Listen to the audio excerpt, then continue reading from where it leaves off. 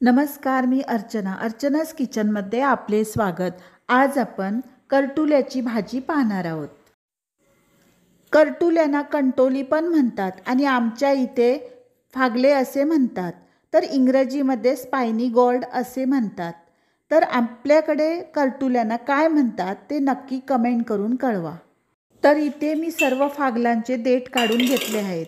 त्यानंतर ही फागले स्वच्छ 2-3 वेळा धुवून घेऊयात।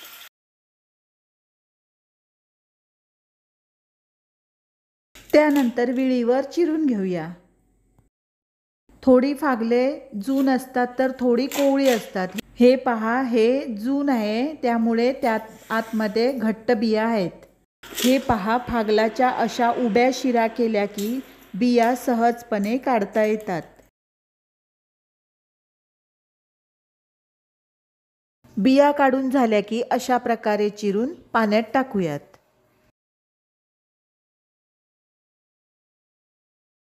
हे पहा, हे कोवळे आहे त्यामुळे सहज चिरता येते आणि ह्यातील बिया नाही काढल्या तरी चालतील।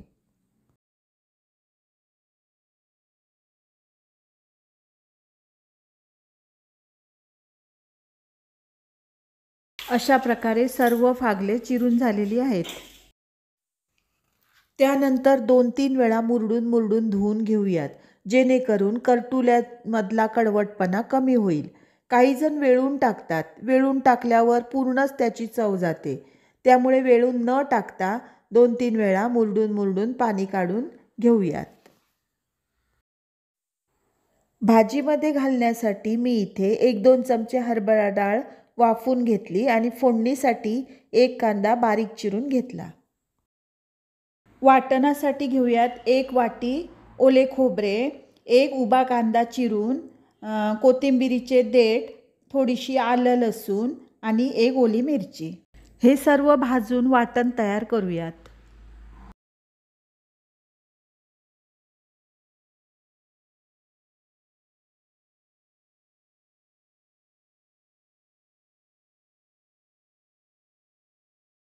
वाटण तयार झाले, आता मिक्सरवर बारीक करून घेऊयात। एका पॅनमध्ये घेऊया 1-2 चमचे तेल। तेल गरम झाले की घालूयात बारीक चिरलेला कांदा। कांदा लालसर झाला की घालूयात 2 चमचे लाल तिखट, अर्धा चमचा हळद आणि चवीपुरते मीठ। हे सर्व परतून घेऊयात। नंतर घालूयात चिरून घेतलेली फागलं। हे सर्व 1-2 मिनिटे परतून घेऊयात। झाकण लावून पाणी न घालता वाफेवरच शिजून घेऊया। ही पहा, वाफेवरच भाजी छान शिजली आहे। तुम्ही ही भाजी वाटण न घालता अशीही खाऊ शकता, छान लागते। त्यानंतर घालूयात वाफवलेली हरभऱ्याची डाळ। तीही परतून घेऊन 2-3 मिनिटे शिजू देऊयात। कोणाला कमी जास्त आपापल्या आवडीप्रमाणे वाटण घालू शकता। मी इथे 2 चमचेच फक्त वाटण घालते। वाटण घातल्यानंतर थोडेसे पाणी घालूयात। वाटण घातल्यानंतर 1-2 मिनिटे शिजू देऊया। अशा प्रकारे फागलाची भाजी तयार झाली। अशी ही रेसिपी आपणही करून पहा। आवडल्यास लाईक, शेअर, सबस्क्राईब करायला विसरू नका।